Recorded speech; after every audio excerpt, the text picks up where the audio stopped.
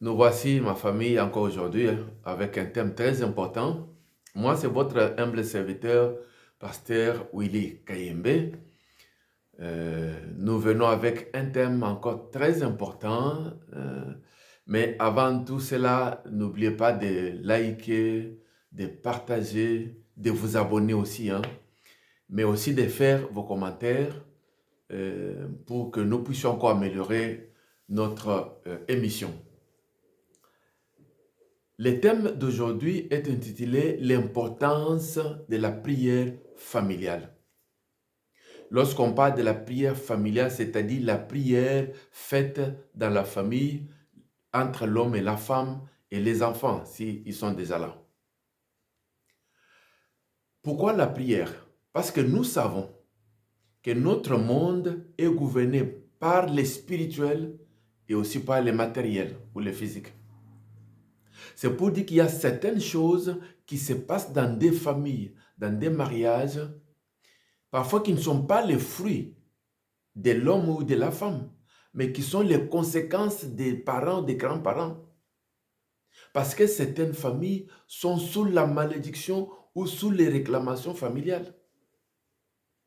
Et lorsque cela est dans ta famille, cela implique des conflits, des bagarres, la stérilité même, et qui peuvent amener même au divorce. Nous trouvons certaines familles où l'homme est ivrogne, où il est adultère.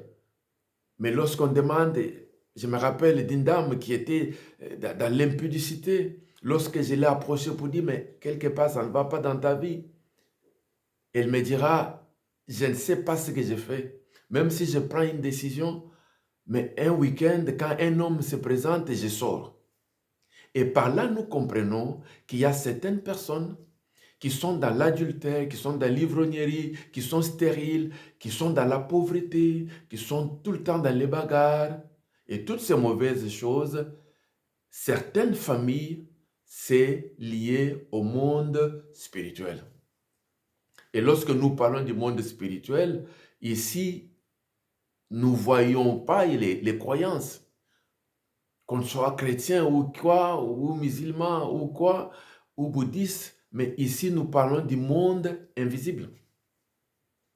Alors, la réponse pour remédier à ça, c'est la prière. Vous qui nous suivez, quand ton enfant sort le matin, il va à l'école, mais vous n'avez pas la vie de prière. Est-ce que vous savez ce qui se passe à l'école? Est-ce que vous savez ce qui se passe sur la route? Moi-même, je connais un témoignage d'un enfant qui allait à l'école, qui a été renversé par une voiture. Mais cet enfant est sorti sain et sauf. Et tout le monde qui a vu l'accident, même les médecins, ils ont dit ça, c'est un miracle. Je voulais juste dire à quelqu'un, ce miracle-là est aussi possible pour vous.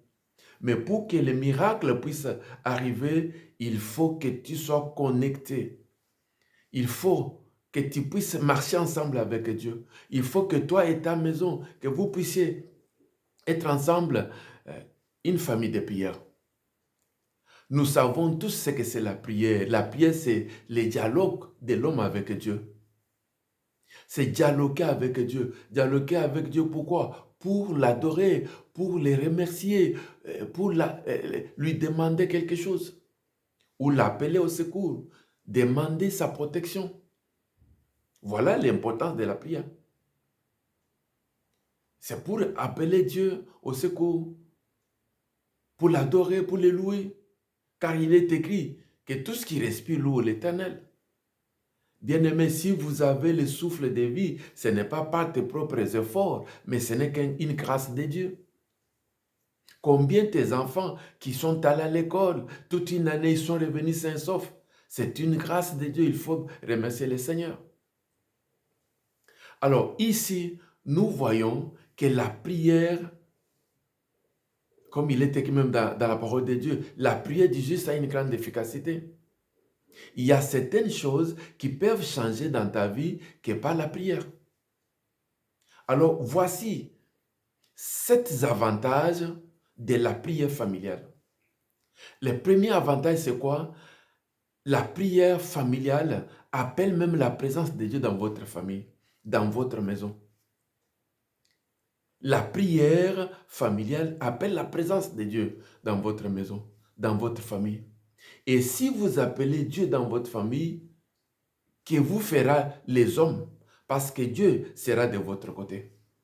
Deuxième avantage, la prière familiale fait de votre famille, de votre maison, le sanctuaire de Dieu. C'est-à-dire Dieu habite au milieu de vous. Et lorsque Dieu habite au milieu de vous, c'est-à-dire vous êtes protégés. C'est-à-dire sa main puissante est au-dessus de vous. C'est-à-dire ses anges campent autour de vous et vous protègent. Quatrième avantage, c'est quoi? Lorsque la famille prie ensemble, c'est-à-dire on transmet un héritage aux enfants. Si aujourd'hui, moi, je suis chrétien, moi, je crois en Dieu, c'est parce que dès le bas âge, mes parents m'ont amené sur ce chemin, dès mon enfance. Et étant devenu grand, j'ai compris aussi que c'est le chemin. Moi-même, j'ai pris la décision, j'ai accepté Jésus-Christ, j'ai donné ma vie à Jésus-Christ. Et je crois que c'est une bénédiction. Bien-aimé, qu'est-ce que vous allez laisser comme héritage à vos enfants? Ici, je parle de l'héritage spirituel. Alors, le fait que papa et maman, vous habituez vos enfants à la vie de prière, c'est un héritage que vous donnez déjà à vos enfants. Quatrième élément, c'est quoi? La prière rassemble les membres des familles. Lorsque le soir, vous habituez vos enfants, c'est-à-dire on se rassemble ensemble, tout autour de la prière. Cinquième élément, c'est-à-dire la prière produit l'unité. Une famille qui prie, c'est une famille qui est unie. Parce qu'au travers même de la prière, il y a aussi la réconciliation. Prenez un exemple, un de tes enfants s'est chamaillé avec son frère ou sa soeur. Mais au travers la prière, parce qu'ici la prière n'est pas seulement juste prier, mais on peut quand même venir avec la parole de Dieu. La prière accompagnée avec la lecture de la parole de Dieu. C'est au travers de la parole de Dieu qu'on comprend que non, on ne peut pas prier Dieu du moment que je n'ai pas pardonné l'autre, mon frère, ma soeur.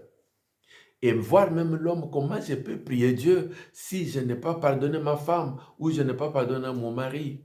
Alors nous comprenons que la prière nous permet de rester unis, la prière nous favorise la réconciliation et la prière nous donne la force. Et sixième élément, la prière produit la paix. Supposez que vous êtes emporté par une situation quelconque et que vous prenez le temps de prière, vous êtes en famille et vous priez ensemble, vous allez ressentir une paix dans votre cœur. Et c'est ça l'importance de la prière. Non pas seulement la joie, mais aussi l'amour. Au travers de la prière, nous recevons l'amour de Dieu que nous allons aussi partager avec les autres. Et sixième élément, la prière nous façonne. La prière nous transforme. Il y a eu des gens qui étaient colériques, mais au travers de la prière, on voit la vie de quelqu'un qui est transformé. On voit là-bas une femme qui était ivrogne, qui aimait toujours la bière, le vin. Mais au travers de la prière, au travers de la parole de Dieu, et cette femme, cette personne devient transformée. Et nous voyons aussi que la prière change aussi notre caractère, notre façon de parler. Lorsque on est dans la prière, ensemble avec la parole de Dieu, ça change même notre façon de parler, notre façon de voir les choses. Et la prière aussi, en famille, c'est un apprentissage de partage. Un apprentissage, c'est le septième élément. Nous apprenons à prier aussi pour les autres, à partager, en fait, spirituellement avec les autres. Lorsqu'on est en famille, nous prions pour telle personne qui est malade. Ça peut être un membre de la famille lointaine, ou un membre de l'église, ou un voisin. Je me rappelle, on était en prière et il y avait un voisin qui était de passage. Et lorsqu'il nous a vu prier, il a dit, priez aussi pour moi parce que je traverse cette situation. Et lorsque la famille prie pour la personne, c'est-à-dire les enfants comprennent que lorsque nous prions en famille, lorsque moi aussi je prie à Dieu, c'est-à-dire je deviens intercesseur, je prie aussi pour l'autre. Et là aussi, c'est très important pour dire, la femme devient intercesseuse pour son mari et pour ses enfants et vice-versa pour l'homme et voire aussi pour les enfants. Alors, bien-aimés, voici, c'est cet avantage pour dire, lorsque la famille prie, c'est une famille qui est bénie. La prière épargne la famille de certaines catastrophes. Lorsque nous lisons dans Matthieu 26, le verset 41, il est dit ceci, « Veillez et priez afin que vous ne tombiez pas dans la tentation. » Ici, c'est le Seigneur qui l'a dit. Alors nous comprenons que la prière nous évite de tomber dans la tentation, c'est-à-dire la prière, comme on l'a dit en haut, c'est-à-dire la prière nous donne la force de résister devant les tentations. Et encore, la parole de Dieu ajoute que la prière du juste a une grande efficacité. C'est-à-dire il y a certaines choses dans la famille qui peuvent changer, qui peuvent être transformées que par la prière.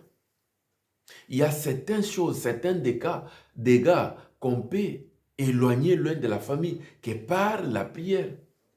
Chers parents, ayez l'habitude de prier ensemble avec vos enfants. Chers parents, ayez l'habitude de prier pour vos enfants. Priez lorsqu'on se réveille le matin, priez lorsqu'ils vont à l'école, priez avant de manger, priez avant de dormir. Il y a un fruit. Lorsque vous apprenez vos enfants, à la longue, vous comprendrez que c'est très important.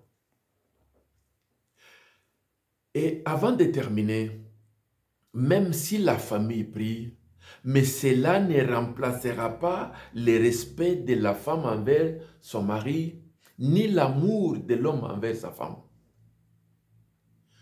Nous comprenons que la prière, nous sommes dans un domaine spirituel, c'est-à-dire entre l'homme et Dieu.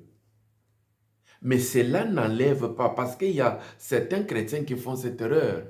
Parce que tu pries, mais tu fais n'importe quoi, tu ne prépares pas à l'heure pour ton mari, tu sors pour aller à l'église, pour revenir trop tard, ton mari est revenu du travail et il n'a pas à manger, les habits sont sales, vous n'arrivez pas à les laver. Attends, et là tu dis, mon Dieu va agir, mon Dieu va faire. Bien-aimé, il ne faut pas te tromper. Il y a certaines chrétiennes ou certains chrétiens qui étaient même dans les temps des jeunes, mais qui ont bafoué leur rôle de femme ou leur rôle de mère, dont ils ont perdu leur mariage. Le mariage est sacré, donc il y a la part de l'homme et il y a la part de Dieu. Si vous voulez que votre famille, votre couple soit béni, restez ensemble et que l'ennemi n'ait pas de l'influence dans votre couple. Apprenez à prier, apprenez à prier, apprenez à prier. Et comme nous l'avons dit dans l'autre vidéo, même vous qui n'êtes pas encore mariés, avant de vous engager, priez le Seigneur. Commencez votre vie de couple par la prière. Cherchez la volonté de Dieu. Et vous serez heureux. L'ennemi peut venir, mais lorsque vous êtes assis dans la prière, vous êtes assis sur les rocs. Vous êtes assis à la bonne place. Parce que Jésus-Christ lui-même est votre pilier et votre soutien. Quelles que soient les épreuves qui peuvent arriver, souvenez-vous des cas de Shadrach, Meshach et Abednego qui ont été jetés dans le feu. Mais la parole déclare que là où il y avait 3 personnes, lorsque le roi a envoyé ses serviteurs pour contrôler, au lieu de 3 personnes, il y en avait 4. Et la 4e personne, excusez-moi, avez le visage des fils de Dieu. Là où vous êtes, vous n'êtes pas seul. Le Seigneur est avec vous. Soyez bénis. Au revoir. À la prochaine.